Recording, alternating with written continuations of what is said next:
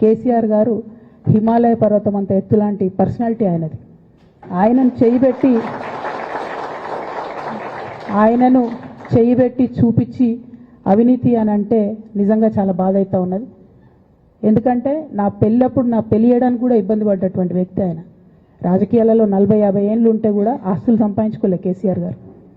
అనేక మంది అలా మాట్లాడుతుంటారు, చాలా మాటలు మాట్లాడుతుంటారు. కానీ నాకు తెలుసు, నేను దగ్గరుండి ఆర్థిక పరిస్థితి చూసిన కాబట్టి ఎన్నడూ ఆయనకు ఆశ లేదు. అటువంటి మనిషిని పట్టుకొని సిబిఐ ఎంక్వైరీ ఇస్తాం, ఇదేస్తాం, అదేస్తాం. ఎవరు కారణం దీనికి అంతటికి? ఈ చేతగాని కాంగ్రెస్ ప్రభుత్వం మీ ఏసీబీ వాళ్ళు పోయి కాళేశ్వరంలో పనిచేసిన 3 ఇంజనీర్లను పట్టుకుంటే ఒక్కొక్క ఇంజనీర్ దగ్గర 100 కోట్ల ఆస్తులు వెళ్తే మీకు ఎందుకు ఎంక్వైరీ చేసే దమ్ము లేదు? వాళ్ళు వెనకాల ఎవరున్నారో ఎందుకు ఎంక్వైరీ చేస్తలేరు? ఖచ్చితంగా నేను ఇవాళ చెప్తా ఉన్నా, హరీష్ రావు గారు వెనక, సంతోష్ రావు గారు వెనక రేవంత్ రెడ్డి గారు ఉన్నారు. వాళ్ళని ఖచ్చితంగా కాపాడతారు అన్ని విషయాలను. వాళ్ళని ఏమనరు, వాళ్ళ గురించి ఏం మాట్లాడరు. బాణం ఎంతసేపు కేసీఆర్ గారి మీద ఉంటుంది. కేసీఆర్ గారిని మాట్లాడాలి, కేసీఆర్ గారిని బదనాం చేయాలి. కానీ దగ్గరుండి ఈ అవినీతి అనకొండలు బీఆర్ఎస్ పార్టీని ఏదైతే డిస్టర్బ్ చేసిండ్రో వాళ్ళని మాత్రం ఏమనరు. ఈ ఇంటర్నల్ అండర్స్టాండింగ్ అనేది ఎక్స్పోజ్ కావాలి. రేపటి నుంచి నేను ఛాలెంజ్ చేసి చెప్తున్నా కదా, రేపటి నుంచి ఏం మాట్లాడతారు తెలుసా? ఈ మొత్తం బ్యాచ్లన్నిటికీ సోషల్ మీడియా బ్యాచ్లు ఉన్నాయి. వీళ్ళందరికీ బాగా చాలా చాలా బ్యాచ్లు ఉన్నాయి. వాళ్ళంతా రేపటి నుంచి ఏమంటారు? నన్ను ఒకళ్ళు బీజేపీ ఆపరేట్ చేస్తుంది అంటారు, ఒకళ్ళు కాంగ్రెస్ ఆపరేట్ చేస్తుంది అంటారు, ఒకళ్ళు రేవంత్ రెడ్డి చెప్తే మాట్లాడుతుంది అంటారు, ఇంకోళ్ళు బండి సంజయ్ చెప్తే మాట్లాడుతుంది అంటారు. ఖబర్దార్ బిడ్డ, నేను ఎవరు చెప్తే ఆడేటటువంటి తోలుబొమ్మని కాదు. నాది నాది నాది నాది కేసీఆర్ బ్లడ్, నాది తెలంగాణ బ్లడ్. ఇండిపెండెంట్గా నేను అనుకున్న విషయాన్ని చెప్తున్నాను. దానికి పొలిటికల్గా ఇబ్బంది అయినా, కష్టమైనా, నష్టమైనా నేనే భరిస్తా.